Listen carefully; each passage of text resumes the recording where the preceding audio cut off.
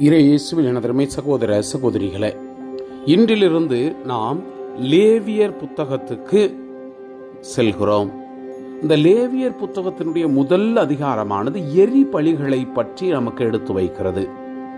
ஆண்டவரிடம் யாரெல்லாம் பலி செலுத்த வருகிறார்களோ அவர்கள் அவர்களுடைய திறமைக்கு ஏற்றவாறு, மாடாக இருந்தால் பழுதற்ற ஒரு காளையை அவர்கள் பலியிட வேண்டும். அதனுடைய முறையை எப்படி பலியிட வேண்டும் என்பதையும், அதே போல ஆடாக இருந்தால் பழுதற்ற ஒரு ஆட்டுக்கிடாயாக அது இருக்க வேண்டும். இல்ல புறாக்களாக அல்லது மாட புறாக்களாக அது இருக்கலாம். எவ்வாறு அது பலி செலுத்தணும், எந்த இடத்துல அது எரிக்கப்படணும் என்பதையெல்லாம் தெளிவாக இந்த அதிகாரத்துல நமக்கு எடுத்து வைக்கிறார். இதன் வழியாக கடவுளுக்கு அந்த எரி பலிகளை செலுத்தி அவர்களுடைய பாவம் போக்க அல்லது கடமைகளை நிறைவேற்றுகிறார்கள். அன்புக்குரியவர்களே, இது பழங்காலத்திலே, அதாவது பழைய ஏற்பாட்டில் நான் பார்க்கிற இந்த லேவியர் அந்த காலகட்டத்தில் பாவம் போக்கும் பலியாகவும் நன்றி பலியாகவும் இந்த மாதிரியான காணிக்கைகளை அல்லது பலிகளை கடவுளுக்கு ஒப்பு கொடுப்பது வழக்கம். இன்று நமக்காக ஒரே பலியாக கடவுள் தம்மையே ஒப்பு கொடுத்ததுக்கு பிற்பாடு நாமெல்லாம் இந்த பலியை செலுத்துவது கிடையாது. அது செலுத்துவதனுடைய நம்ம செலுத்தவும் கூடாது. எனவே அந்த நல்ல எண்ணத்தோடு ஆண்டவர் நமக்காக பலியிடப்பட்டிருக்கிறார் என்ற அந்த சிந்தனை உள்வாங்கியவர்களாக இந்த வாசகத்திற்கு செவிமடுப்போம்.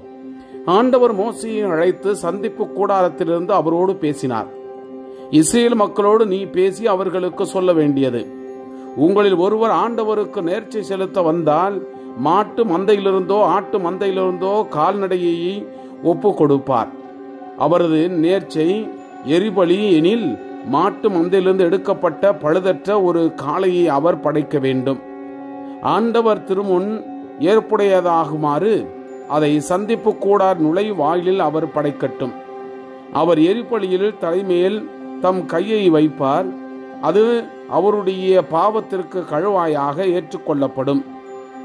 அந்த இளம் காளையை அவர் ஆண்டவர் திருமுன் அடிப்பார். ஆரோனுடைய புதல்வர்களாகிய குருக்கள் அதன் இரத்தத்தை கொண்டு வந்து சந்திப்பு கூடார நுழைவாயிலில் இருக்கும் அந்த பலிபீடத்தின் மேல் சுற்றிலும் தெளிப்பர். பின்பு அவர் எரிபலியை தோலுரித்து பகுதியாக துண்டிப்பார். ஆரோனின் புதல்வராகிய குருக்கள் பலிபீடத்தின் மேல் தழலிட்டு அந்த நெருப்பின் மேல் விறகு கட்டைகளை அடுக்குவர்.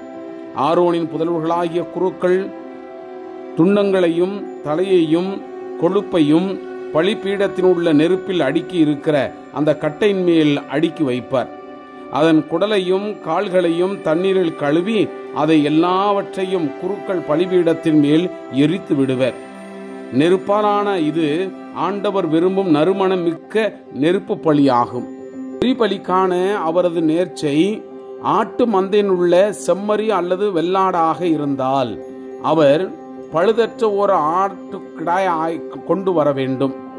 ஆண்டவர் திருமுன் பலிபீடத்தின் வடப்புறத்தில் அதை அவர் கொல்ல வேண்டும். ஆரோனின் புதல்வர்களாகிய குருக்கள் அதன் இரத்தத்தை பலிபீடத்தின் மேல் சுற்றிலும் தெளிப்பர். அவர் அதை பகுதிகளாக துண்டித்து துண்டுகளோடு தலையையும் கொழுப்பையும் சேர்த்து வைப்பர். பின்பு குரு அவற்றை பலிபீடத்தில் உள்ள நெருப்பின் மேல் இடுகிற அந்த கட்டைகளின் மேல் அடுக்கி வைப்பார். அதன் குடலும் பின் தொடைகளும் தண்ணீரால் கழுவப்படும். அவை அனைத்தையும் பலிபீடத்தின் மேல் குரு எரியூட்டுவார். இது ஆண்டவர் விரும்பும் நறுமணமிக்க நெருப்பால் ஆன எரிபலி ஆகும். அவர் ஆண்டவருக்கு செலுத்தும் நேர்ச்சை பறவை எரிபலி எனில் காட்டு புறாக்களையாவது மாட புறாக்களையாவது நேர்ச்சையாக செலுத்த வேண்டும். அதை குரு பலிபீட தண்டையின் கொண்டு வந்து அதன் தலையை திருகி பலிபீடத்தில் எரித்து விடுவார். அதன் இரத்தத்தையோ பலிபீடத்தினுடைய பக்கத்தில் சிந்த விடுவர். அதன் இறை பையையும் இறகுகளையும் அகற்றி அவற்றை பலிபீடத்திற்கு அருகில் கிழக்கு புறமாக சாம்பல் இடுகிற அந்த இடத்தில் எரித்து விடுவார். அதன் இறக்கைகளை பிடித்து இரண்டாக்காமல் அதனை கிழிப்பார்.